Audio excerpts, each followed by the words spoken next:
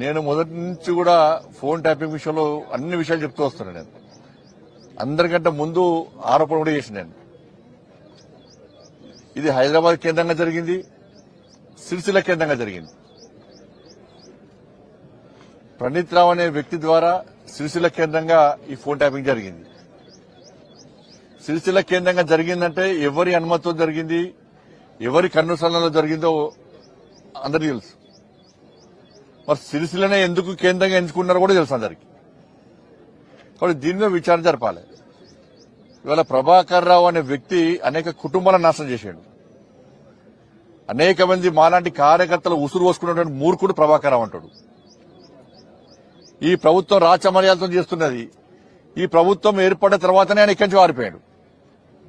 ఈ ప్రభుత్వం కాంగ్రెస్ పార్టీ ప్రభుత్వం ఏర్పడిన తర్వాతనే ఫోన్ ట్యాపింగ్ నిందితులు అందరూ తప్పించుకునే ప్రయత్నం చేశారు. అమెరికా ఎప్పుడు వారిపోయాడు? కాంగ్రెస్ పార్టీ ప్రభుత్వం ఏర్పడిన తర్వాత.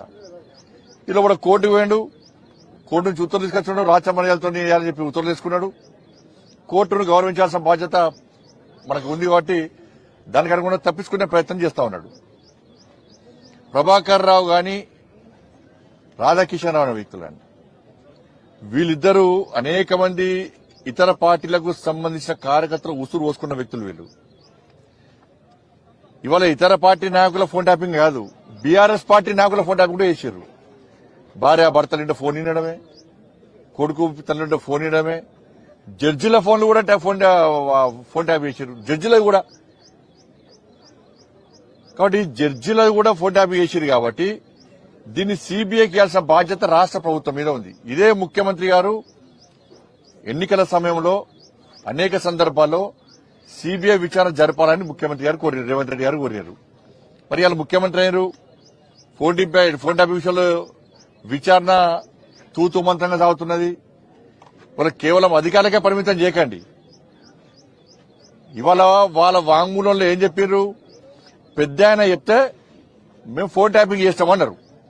పెద్ద ఆయన ఎవరు? పెద్ద ఆయన కల్వకుంట్ల చంద్రశేఖర్ రావు అని చెప్పి క్లియర్ గా దానిలో వాంగ్మూలంలో స్టేట్మెంట్ లో రికార్డ్ అయి ఉన్నది ఆల్రెడీ. మరి స్టేట్మెంట్ లో భుజంగరావు రాధాకృష్ణారావు ఎవరో వాళ్ళిద్దరు స్టేట్మెంట్ ఇచ్చినప్పుడు రాధాకిషన్ రావు స్టేట్మెంట్ లో పెద్ద ఆయనే కేసీఆర్ చెప్తే మేము ఫోన్ ట్యాపింగ్ చేస్తామని చెప్పి ఆయన స్టేట్మెంట్ ఇచ్చినప్పుడు నోటీస్ ఎవరికి ఇవ్వాలి? కేసీఆర్ కు నోటీస్ ఇవ్వాలి. సిరిసిల్ల ఎవరి కేంద్రంగా జరిగింది? కేసీఆర్ కొడుకు కేంద్రంగా జరిగింది. మరి వాళ్ళిద్దరికి ఎందుకు నోటీసులు లేరు? అంటే ప్రభుత్వం వాళ్ళని కాపాడే ప్రయత్నం చేస్తున్నది. లోపాయికార ఒప్పందం కాంగ్రెస్ కును బీఆర్ఎస్ కు లోపాయికార ఒప్పందం. వాళ్ళ క్లియర్ గా రాధాకిషన్ రావు వ్యక్తి స్టేట్మెంట్ ఇచ్చినప్పుడు ఇప్పుడు అదే అధికారుల వంగుల్లో మా బండి సంజయ్ ఫోన్ ట్యాపింగ్ చేసినాము, ఫలానా వ్యక్తులది ఫోన్ ట్యాపింగ్ చేస్తామని చెప్పినప్పుడు మాకు నోటీస్ ఇచ్చినప్పుడు దీనికి కారకులైనటువంటి వ్యక్తులు కేసీఆర్ అని చెప్పినప్పుడు కేసీఆర్ కు ప్రభుత్వం నోటీస్ చేయడానికి ఎందుకు వెనుకడుగు చేస్తున్నది? సిరిసిల్ల కేంద్రంగా ఫోన్ ట్యాపింగ్ చేసినప్పుడు కేసీఆర్ కొడుకు నోటీస్ ఇవ్వడానికి ఎందుకు వెనుకడుగు చేస్తున్నది? మీ ఇద్దరి మధ్య ఉన్న రహస్య ఒప్పందం ఏంది? కనీసం ఏ ఒక్క విషయంలో కూడా మీరు ఇలా పట్టించుకోకుంటే వాళ్ళ కేసీఆర్ కుటుంబం వల్ల ఎన్ని కుటుంబాలు నాశనమైనాయి, ఎంతమంది భవిష్యత్తు నాశనం చేశారు. 109 కేసులు పెట్టిరన్న మా మీద. 109 కేసులు, ఒక్కటి కాదు రెండు కాదు. ఇదే ప్రభాకర్ రావు అనే వ్యక్తి సీఎంఓ ఆఫీస్ ను అడ్డగా వేసుకుని మా ఫోన్లు ఇనుకుంటూ, నాలాంటి అనేక మంది నాయకుల కార్యకర్తల ఫోన్లు ఇనుకుంటూ, జడ్జిల ఫోన్లు ఇనుకుంటూ, మా సొంత విషయాలు ఇనుకుంటూ ఏ విధంగా రాచిరంపాన పెట్టిండు, ఏ విధంగా ఉసురు పోసుకున్నాడో తెలంగాణ సమాజానికి అంతా తెలుసు. ఇలా కోర్టు నుంచి ఉత్తర్వులు చేసుకుని అమాయకంగా గడ్డం పెంచుకొని ఓ నీతివంతుల లెక్క సిన్సియర్ ఫెలో లెక్క నటిస్తే ఎవరు నమ్మడు ప్రభాకర్ రావు అనే వ్యక్తిని. నేను ప్రభుత్వాన్ని మళ్ళీ చెప్తున్నాను, మీరు ప్రభాకర్ రావు అనే వ్యక్తికి ఈ రాచ మర్యాదలు ఇచ్చిన బంద్ చేయరు. ఫస్ట్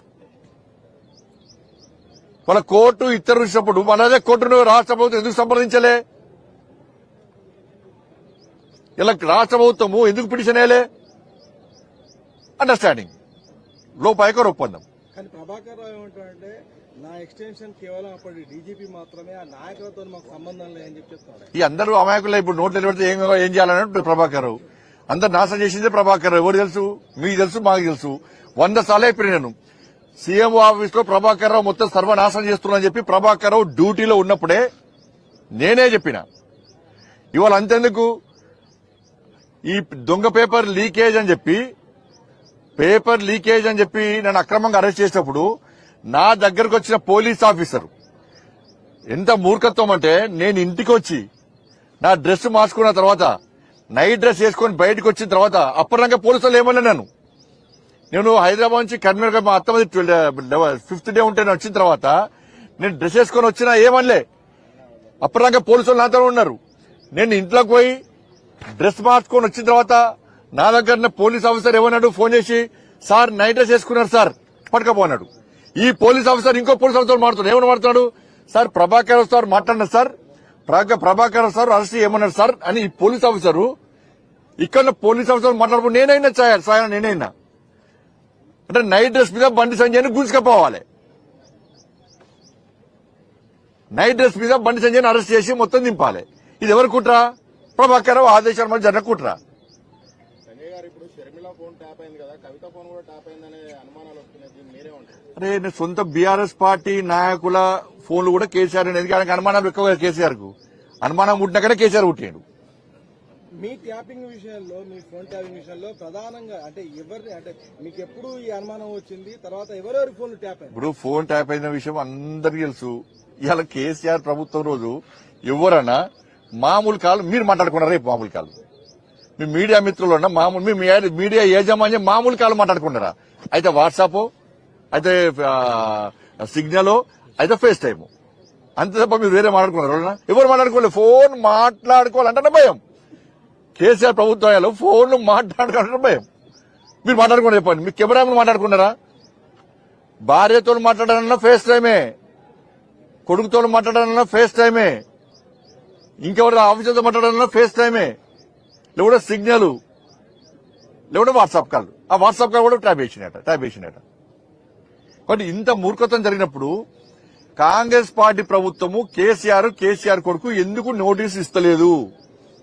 రాజా కిషన్ రావు స్టేట్మెంట్ ఇచ్చిన తర్వాత ఎందుకు నోటీస్ ఇస్తలేదు? ప్రభాకర్ రావు అనే వ్యక్తికి రాచ మర్యాద లేంది. దీనికి అంతటి కారణము వీళ్ళని కాపాడే ప్రయత్నం కాంగ్రెస్ పార్టీ ప్రభుత్వం చేస్తున్నది. మాకు నోటీస్ చేయడం కాదు, మమ్మల్ని ఈ ఎవిడెన్స్ కోసమో స్టేట్మెంట్ కోసం పిలవడం కాదు. మేము ఎక్కడికైనా వస్తాం, మేము 100% వస్తాం. మేము 2 మార్కులు తీసుకుపోండి. కేసీఆర్ అనే వ్యక్తి కేసీఆర్ కుటుంబము తెలంగాణ రాష్ట్రాన్ని సర్వనాశనం చేసిర్రు. కాళేశ్వరం విషయంలో సర్వనాశనం చేసిర్రు. తెలంగాణ రాష్ట్రాన్ని 1,00,000 కోట్లు పెట్టి ఆదాయాన్ని దెబ్బ కొట్టిర్రు. ఫోన్ ట్యాపింగ్ చేసి ఇట్లా సామాన్య ప్రజల యొక్క సంజయ్ గారు మీరు ట్యాపింగ్ అంటున్నారు. కేటీఆర్ ఏమంటున్నారు అంటే కేంద్రం పెగాసస్ అనే ఒక సాఫ్ట్వేర్ ని ఇజ్రాయెల్ తీసుకొచ్చి మా ఐఫోన్లలో కూడా వేసింది, ఐఫోన్ కూడా మాకు నోటీస్ పంపాడు, ట్యాపింగ్ చేసింది వాళ్ళు, మేము చేయలేదు అని చెప్పి ఆయనే అన్నాడు. ఆయన ఏమన్నాడు అంతకుముందు? ఏదో కొంతమంది చేసినాం కావచ్చు అన్నాడు. మరి అప్పటికే ఎత్తులు పెట్టావా? ఆయన అన్నాడు కదా, అందరు ఏదో కొంతమంది చేసిన ఆయన ఒప్పుకున్నాడు. ఇప్పుడు నేనేమంటున్నానంటే ప్రభాకర్ రావు అనే వ్యక్తి అమెరికా నుంచి ఇండియాకి వచ్చినప్పుడు కేసీఆర్ కొడుకు అమెరికాకి ఎందుకు పోయిండు? ప్రభాకర్ రావు అనే వ్యక్తి ఇండియాకి వచ్చే ముందు కేసీఆర్ కొడుకు అమెరికాకు ఎందుకు పోయిండు? ఇద్దరి మధ్య ఏం జరిగింది? అమెరికాలో ఏం జరిగింది? ఏం కలిసి మాట్లాడుకున్నారు? ఈయన అమెరికాకు పోయినా ఆయన వచ్చేందుకు సరెండర్ అయ్యాడు. కానీ ఇదంతా కూడా గ్యాంబ్లింగ్, అంతా కూడా గ్యాంబ్లింగే.